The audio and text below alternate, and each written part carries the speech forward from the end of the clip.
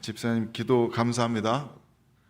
말씀 들을 때 졸지 않기를 기도해 주셨고 여러분 아멘으로 화답하셨습니다.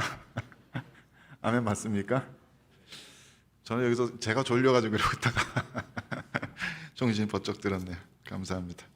오늘 내용이 조금 졸릴 것 같거든요. 안 그래도 창세기 주석하시는 분들은 이 12장 굉장히 중요하게 여깁니다. 그 앞에 1장에서 11장까지는 창세기 전체 인트로덕션에 해당한다고 얘기하고요, 12장부터가 본론이라고 얘기하는 거예요. 그래서 제가 어떤 신학책을 봐도, 선교 신학책을 봐도, 언약 신학책을 봐도, 하나님 나라 신학책을 봐도, 복음을 설명하는 신학책을 봐도 오늘 우리가 읽은 창세기 12장의 이 본문이 빠지지 않고 등장합니다. 그만큼 굉장히 많은 주제가 이렇게 멀티 레이어로 이렇게 막 얽혀 있는 그런 본문이에요.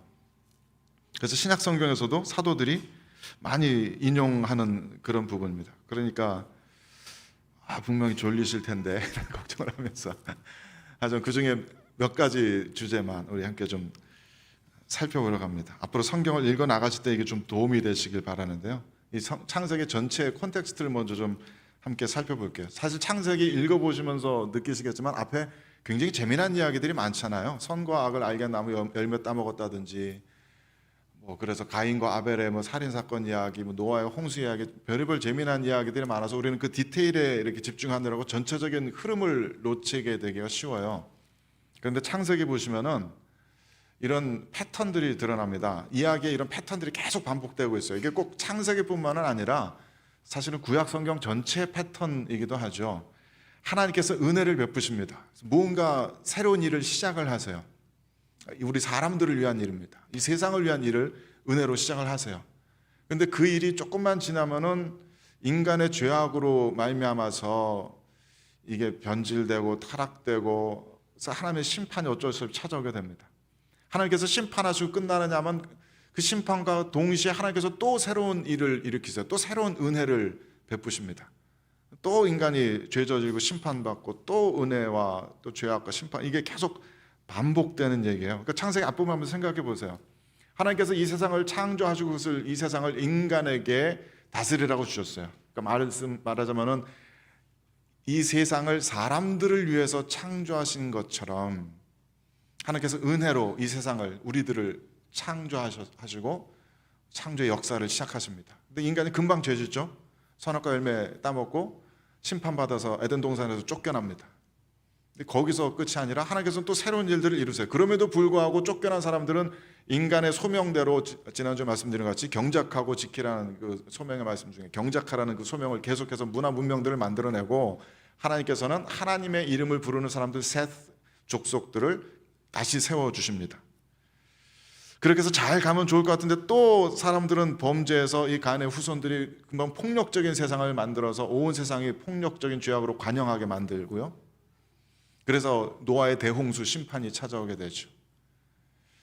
그래서 이 노아의 대홍수 심판으로 끝난 것이 아니라 그 중에서 또 하나님께서 은혜로 노아 가족을 살려두셔서 이들로 하나님의 나라 역사가 계속됩니다.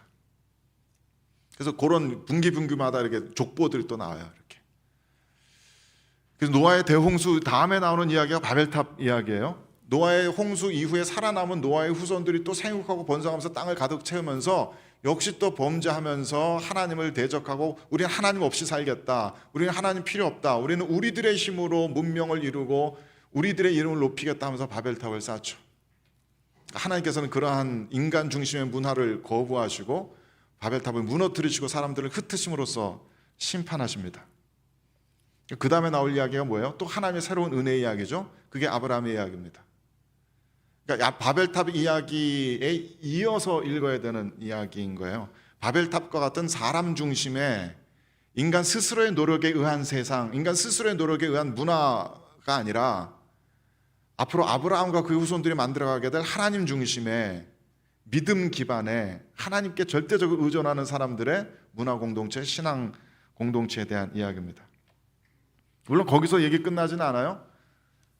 이 아브라함의 후손으로 이스라엘 민족이 만들어지고 어쨌든 하나님 중심이 되는 그런 민족을 하나님께서 세우셨지만 그들은 금방 타락해서 또 심판받죠. 바벨론으로 쫓겨나오고 이스라엘 민족이 또 흩어집니다. 그 다음에 하나님께서 새롭게 이루시는 일은 이번에는 하나님의 독생자 예수 그리스도를 이 땅에 보내셔서 또 새로운 하나님의 공동체, 영적인 참된 이스라엘 교회를 세우십니다. 거기서 이게 끝나지 않았어요. 그 교회도 금방 타락했습니다. 중세 시대 1000년 동안의 교회 타락상이 지속되었고, 우리 사람들이 암흑 시대라고 부르는 종교의 껍데기만 남아있고 복음의 진실된 생명력이 사라져버린 그런 시대가 1000년 동안 계속되었고, 하나님께서 또 심판하십니다. 종교개혁을 일으키십니다. 종교개혁과 더불어서 곧 이어서 영적 대부흥의 시대가 찾아왔고, 그것이 지금 우리들의 시대가 그리를 지나가고 있는 거예요. 어쩌면은 우리가 다시 이 교회를 더럽히고 하나님의 뜻을 배반하는 죄악의 시대를 지나가고 있는 것일지도 모르죠. 계속 반복됩니다. 그게 성경 창세기부터 지금 우리들의 시대까지 계속 반복되는 하나님의 역사의 패턴입니다. 그러니까 그러한 관점에서 이 아브라함 이야기를 읽어야 될 거라고 생각해요. 아브라함의 인생의 의미는 무엇이었는가? 아브라함이 이렇게 긴 여정을 떠나게 된 그 목적과 의미는 무엇이었는가? 그것이 어떤 열매를 남겨놓을까? 그 개인적인 차원에서 이해될 수 있는 것이 아니고요, 긴 역사의 차원에서 보아야 되는 말씀입니다. 그래서 하나님께서 아브라함에게 주시겠다고 약속하신 복이라는 거요, 우리들이 생각하는 복과 굉장히 다른 복입니다.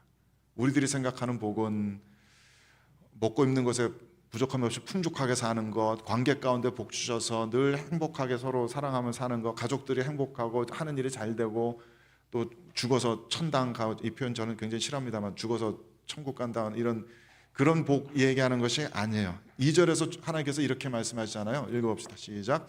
내가 너로 큰 민족을 이루고 내게 복을 주어 내 이름을 창대하게 하라니 너는 복이 될지라.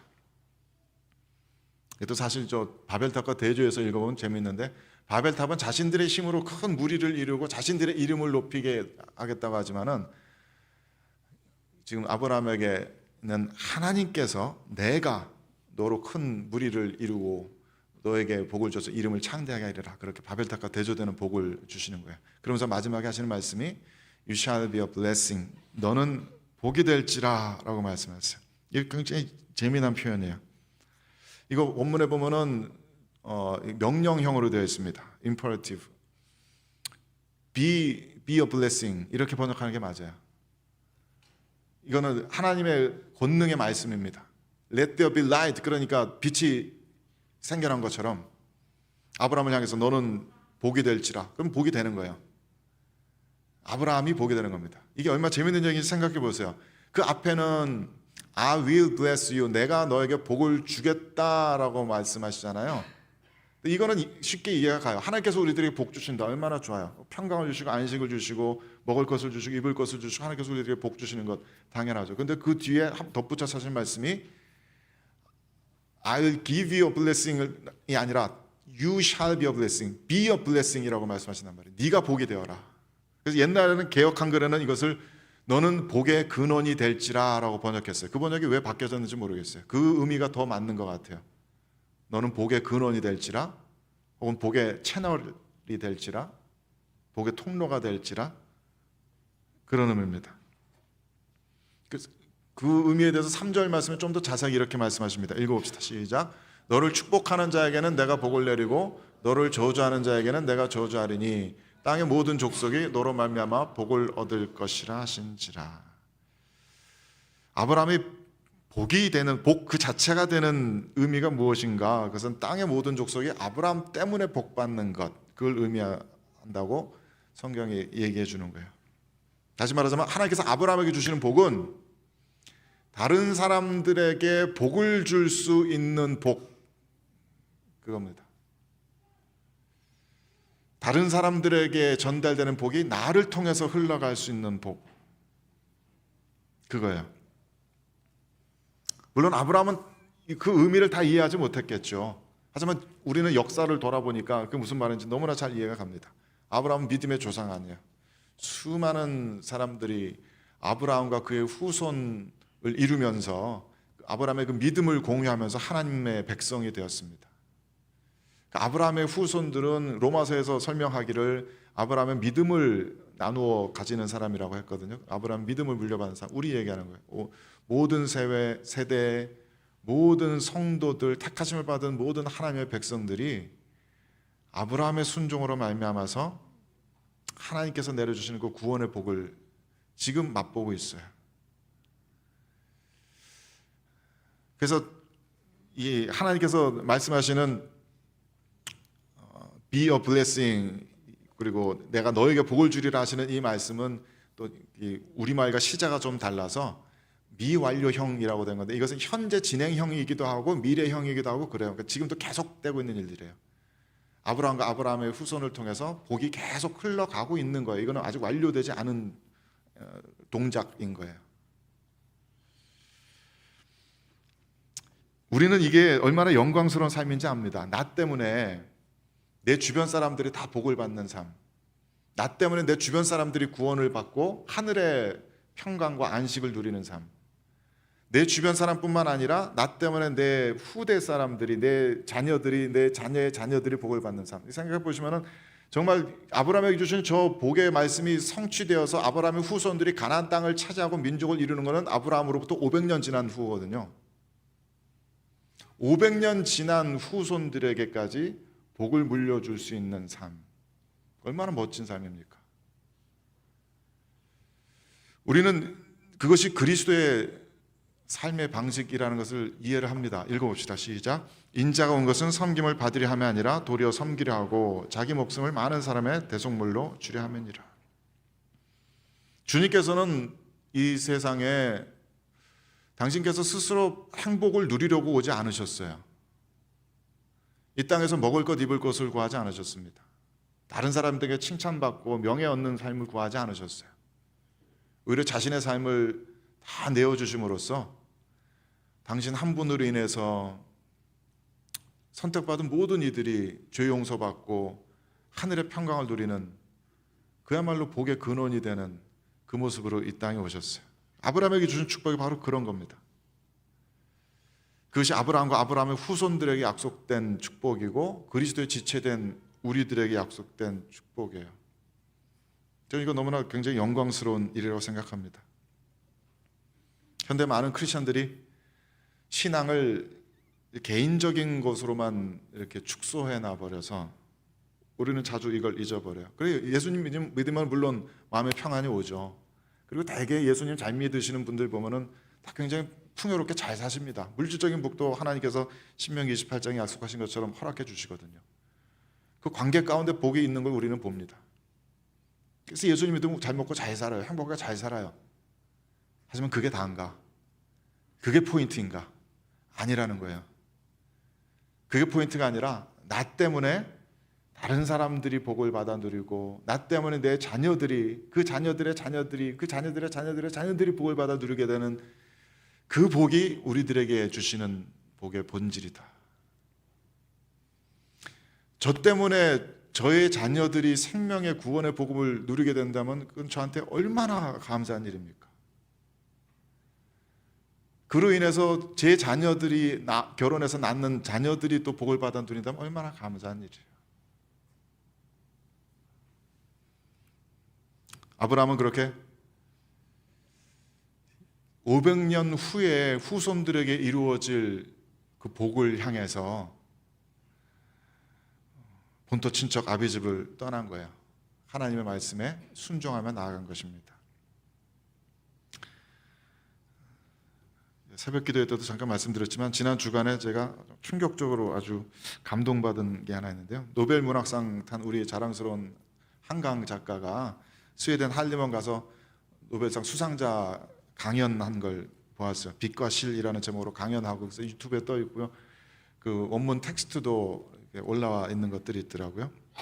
그 강연에서 한강 작가는 자신의 유년 시절로부터 시작해서 자기가 유년 시절에 뭘 보고 느꼈는지, 자기 일기장에 뭐가 쓰여 있었는지, 어떤 걸 경험했고, 그래서 어떤 질문들을 가지고 어떤 작품들을 써내려갔는지를 쭉 설명을 했어요. 이 한강 작가는 특히 이 한국의 5.18 광주 민주화운동이나 제주의 4.3 사건 같은 것을 직접 간접적으로 경험하게 되었고, 그래서 굉장히 충격적으로 이런 질문들을 떠올리게 되었다고 합니다. 인간은 어떻게 이토록 폭력적인가?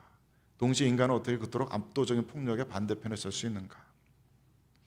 해외 유사한 사건들의 사례들까지 연구하면서 기이히 여긴 거죠. 저도 이 마음이 너무나 궁금한데 어떻게 이 세상은 이토록 폭력적일 수가 있을까? 한 인간이 다른 인간에게 어떻게 이렇게 잔인할 수가 있을까? 하지만 그러면서도 동시에 어떻게 똑같은 인간인데 그렇게 압도적인 폭력의 무자비한 폭력의 반대편에 서서 전혀 폭력적이지 않은 모습으로 저항할 수 있을까? 제가 요즘 세상에 대해서 느끼는 경이감과 비슷해요. 한편에서는 세상이 고통과 폭력의 고통으로 신음하는 그 울음소리가 가득한데 한편으로는 세상은 그럼에도 불구하고 어쩌면 이렇게 아름다울 수 있을까? 그런 질문들을 가지고 이 한강 작가가 소설을 써내려 간 거예요. 그리고 소설을 써내려 가면서 점차 이런 질문들이, 이 한강 작가는 이 소설을 쓰면서 자기가 이전 사람들을 구하기를 바랬대요. 이전 사람들을 돕기를 바랬어요. 이 폭력적인 사태의 희생자가 된 분들의 넋이라도 위로하고 그분들을 추모하고 그러고 싶었는데 자기는 결코 이 산자가 죽은 자를 위로할 수 없다는 걸 깨달았답니다. 그래서 나중에는 그 질문이 이렇게 바뀌어야 한다고 깨달았대요. 과거와 현재를 도울 수 있는가? 죽은 자가 산자를 구할 수 있는가? 우리는 지나온 과거의 사람들을 무슨 짓을 해도 도울 수 없고 그들에게 어떤 기쁨도 가져다 줄 수 없지만 과거에 살았던 사람들의 흔적은, 그들이 흘린 피는, 그들의 수고와 헌신은 지금 우리들이 살아가는 오늘을 뒷받침해 주고 있다는 거예요. 그러니까 한강 작가의 이 말이 저에게 큰 감동으로 다가온 것은 이 얘기를 거꾸로 하면은 지금 우리들의 삶은 미래 세대를 구원할 수 있다는 거예요. 지금 우리들의 삶은 미래 세대의 삶의 커다란 자양분이 되고 또 그들의 힘이 될 수 있다는 거예요. 그것이 우리들 인간의 마땅한 삶이어야 하지 않는가? 나 혼자 잘 먹고 잘 살고 오늘 하루 내가 편안하고 오늘 하루 내가 기쁜 삶보다는 우리 주 예수 그리스도처럼, 우리들의 믿음의 아버지라고 칭해지는 저 아브라함처럼 500년 후의 후손이라고 할지라도, 나는 전혀 관계없어 보이는 후손이라고 할지라도 그 미래 세대를 위해서, 미래 후손들을 위해서 나의 삶을 기꺼이 드릴 수 있는 그런 삶을 살아야 하지 않겠는가? 그것이 하나님께서 이 땅 가운데 하나님의 나라를 이루어가는 방식이라고 우리는 이해하고 있지 않은가? 우리들의 삶으로, 우리들의 이 사역으로, 우리들의 봉사로, 헌신으로 세상을 얼마나 뒤바꿀 수 있을지는 알지 못하지만 우리들이 이 성전 건물의 작은 벽돌 한 장 됨으로써 하나님의 나라를 계속해서 이어갈 수 있지 않은가? 과거로부터 수천 년 동안 계속되어 있는 하나님 나라의 거대한 역사의 체인 하나가 될 수 있지 않은가? 그래서 지난 토요일, 어제도 자녀들을 위해서 안수하면서 기도하는 시간 가졌는데 기도하면서 참 감사하다는 생각이 들었어요. 아직도 우리 교회에, 우리 교회 공동체 내에 안수하면서 기도할 수 있는 이들이, 아이들이, 청소년들이 많다는 것이 너무나 감사했습니다. 이제 가을 학기 시작하기 전에 한번 또 기도하려고 합니다. 다음 세대를 위해서 열심히 기도하고 우리들의 삶이 다음 세대를 위한 삶이 되면 좋겠어요. 근데 이건 하나님 나라의 이야기고 하나님 관점에서 이야기고 아브라함의 관점에서는 그렇지 않잖아요. 아브라함은 이거 몰랐을 거야. 자신의 삶이 이 기나긴 역사에, 하나님 나라의 역사에 무엇을 얼마나 공헌할 수 있으며 어떤 의미를 가지고 있는지 다 알지 못했을 거예요. 그래서 이 말씀이 참 재미있어요. 히브리서 말씀에 읽어봅시다. 시작. 믿음으로 아브라함은 부르심을 받았을 때 순종하여 장래 유업으로 받을 땅에 나아갈새 갈 바를 알지 못하고 나아갔으며. 아브라함 이야기의 가장 매력적인 포인트 중에 하나가 저거죠. 아브라함은 갈 바를 알지 못하고 나아갑니다. 어디로 가야 할지 알지 못하고 떠나요. 이게 마치 우리들의 인생 같아서 큰 공감이 갑니다. 우리 모두 이민 올 때 어디 갈지 알지 못하고 왔어요. 캐나다 가면은 뭐가 어떻게 되는 건지, 어떤 인생이 펼쳐지는 건지 알지 못하고 여기까지 왔어요. 하나님의 부르심인 줄로 믿고 하나님의 인도하심인 줄로 믿고 그저 순종하며 나왔을 뿐입니다. 아브라함의 삶이 그래요. 하나님의 음성 듣고 아마 그 아버지와 함께 살 때부터, 메소포타미아 살 때부터 그 음성을 듣고 아버지를 재촉해가지고 아버지와 함께 따라 나온 것 같아요. 그래서 아버지는 그 하란이라는 중간에서 멈추어 서서 거기서 또 움직이려고 하지 않았지만 아브라함은 계속해서 하나님의 말씀을 두고 끝까지 가서 마침내 가나안 땅에까지 들어갑니다. 그래서 창세기 11장 말씀 보면은 처음부터 데라, 아브라함의 아버지 데라와 아브라함의 가족들은 가나안 땅으로 가고자 하는 목표는 분명히 있었던 것 같아요.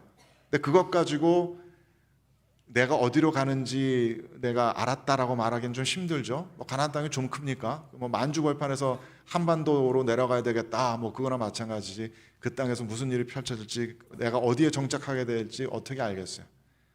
하나님께서는 이렇게 말씀하셨거든요. 내가 너에게 보여줄 땅으로 가라. 그 땅을 내가 보여줄 것이다. 이게 모르겠어요. 아브라함의 환상 가운데 그 땅을 보여줬다는 얘기일 수도 있겠지만 저는 문맥을 보면은 이 얘기인 것 같아요. 읽어봅시다. 시작. 아브라함이 그 땅을 지나 세겜 땅 모래 상수리 나무에 이르니 그때 가나안 사람이 그 땅에 거주하였더라. 여호와께서 아브라함에게 나타나 이르시되 내가 이 땅을 내 자손에게 주리라 하신지라. 자기에게 나타나신 여호와께 그가 그곳에서 제단을 쌓고. 이 세겜 땅 모래 상수리 나무가 있다는 이곳은 나중에 신명기 기자가 해설을 하는데 에발산 그리심산 있는 그곳이에요. 예전에 제가 사진도 보여드렸는데 지금도 이스라엘 성지순례 가면은 거기 아브라함의 유적 터들과 이런 것들이 아주 굉장히 많이 있는 굉장히 오래된 도시입니다. 그래서 나중에 500년 후에 여호수아가 이스라엘 사람들 이끌고 가나안 땅에 들어가서 바로 저곳에서 세겜 땅 모래 상수리 나무 있는 그곳에서 에발산과 그리심산에 사람들 다 이렇게 서게 하고 하나님과 언약을 갱신하는 그런 일을 했었죠. 아브라함은 다 알지 못했겠지만 그 땅에 딱 이르게 되니까 그 땅에 도착하자마자 하나님께서 이 땅이야 라고 말씀하신 거예요. 이 땅을 너에게 줄 거야. 도착하고 나서야 안 겁니다. 여기구나. 그 땅 가보시면 알겠지만 굉장히 앞에 엄청난 평야가 펼쳐져 있고 뒤에 그렇게 에발산 그리심산이 있고 굉장히 멋진 곳이에요. 그 땅을 바라보면서 아브라함이 얼마나 안도했을지 얼마나 행복했을지 감동이 옵니다.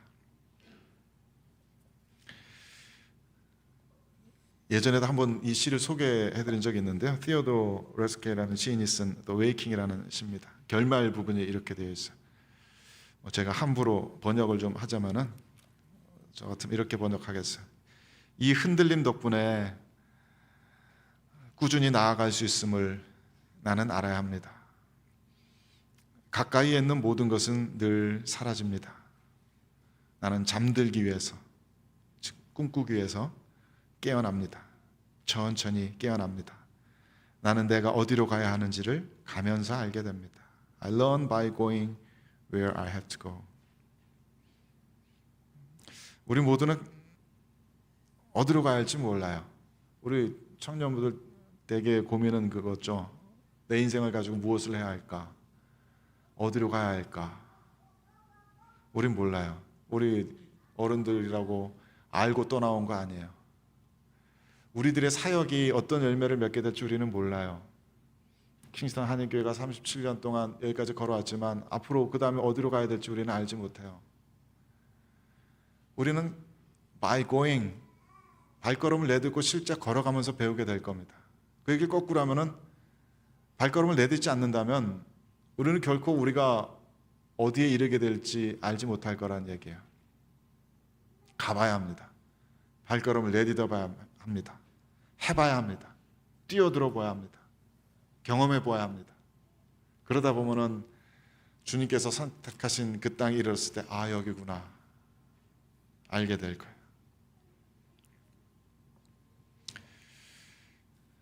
하나님의 관점에서는 굉장히 커다란 이야기를, 굉장히 긴 이야기를 인류의 모든 세대들과 함께 써내라고 계시는 것이고, 우리 사람들의 입장에서는 그 모든 이야기를 다 알지는 못하지만 그냥 아들 하나 있으면 좋겠어라는 소박한 소망 가지고 떠났던 길이라고 해도 주님께서 신비로운 길로 인도하셔서 주님의 그 놀라우신 하나님 나라의 역사에 참여하게 하십니다. 그래서 그 가운데 우리들에게 주어지는 복은 다른 무엇보다도 다른 모든 사람들에게 복이 될 수 있는 복입니다. 우리들의 인생이 참 무가치하게 허무하게 살아갈 수도 있는 인생이지만 하나님께서 굉장히 귀하게 들어 쓰시는 것이죠. 우리를 통해서 사람들을 살리시겠다고, 우리를 통해서 하나님 나라를 일구시겠다고 우리들 한 사람 한 사람을 불러 모으셨습니다. 주님의 이 복을 아멘으로 받아 누리실 수 있게 되기를 간절히 축원합니다. 지금 우리들과 함께 살아가는 사람들에게, 우리 다음 세대 사람들에게 복이 되는 삶을 사십시다.